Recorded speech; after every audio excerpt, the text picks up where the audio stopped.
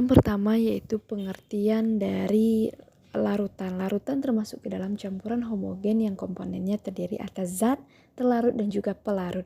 Pelarut biasanya digunakan adalah air, sedangkan zat terlarut terdiri dari senyawa baik ion maupun senyawa kovalen. Contoh senyawa ion yaitu KCl, NaOH, dan juga NaCl. Nah, kita masuk dalam materi yaitu larutan elektrolit.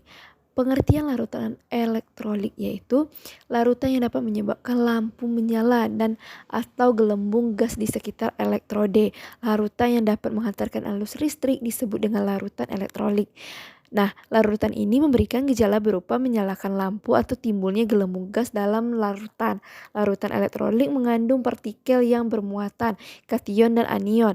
Berdasarkan percobaan dilakukan oleh Michael Faraday, diketahui bahwa jika arus listrik dialirkan ke dalam larutan elektrolit akan terjadi proses elektrolisis yang menghasilkan gas gelembung. Gas ini terbentuk ion positif yang mengalami reaksi reduksi dan ion negatif mengalami oksidasi.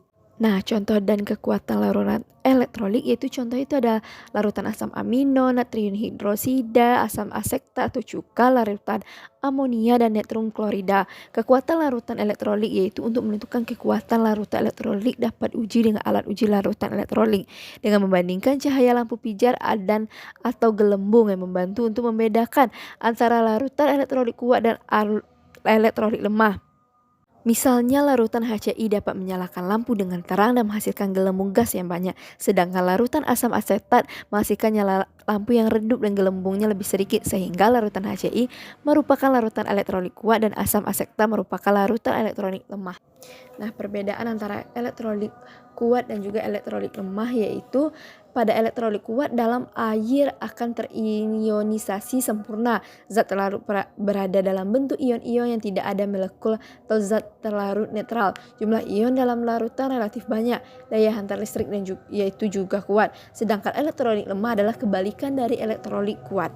Nah, membahas larutan elektrolit sekarang yaitu larutan non-elektrolit yang merupakan larutan yang tidak dapat menyalakan lampu atau gelembung gas di sekitar elektroda pada alat uji elektrolit. Bila diperhatikan lebih lanjut, ternyata larutan ini merupakan campuran homogen antara senyawa kovalen non-polar dengan air. Senyawa tersebut bila dilarutkan dengan air tidak terionisasi sehingga tidak dapat menghantarkan arus listrik. Contoh larutan non-elektrolit yaitu alkohol, larutan gula, larutan urea, dan larutan glukosa. Nah, senyawa apa sih pembentuk larutan elektrolit? Nah, sekarang kita bahas berdasarkan komposisi kimianya. Senyawa ion NaCl merupakan senyawa ion yang jika kristal NaCl dilarutkan dalam air, maka ikatan antara ion adalah positif Na positif dan ion negatif Cl negatif terputus dan ion-ion itu berinteraksi dengan molekul air. Ion-ion ini dikelilingi oleh molekul air. Peristiwa ini disebut hidrasi. Dalam keadaan terhidrasi, ion-ion bebas bergerak di seluruh bagian larutan.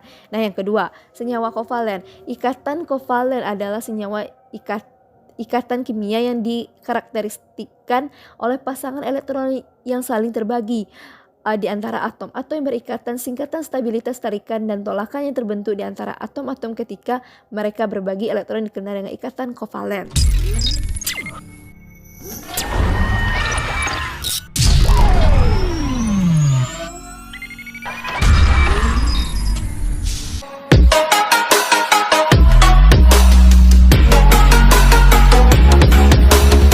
Yes.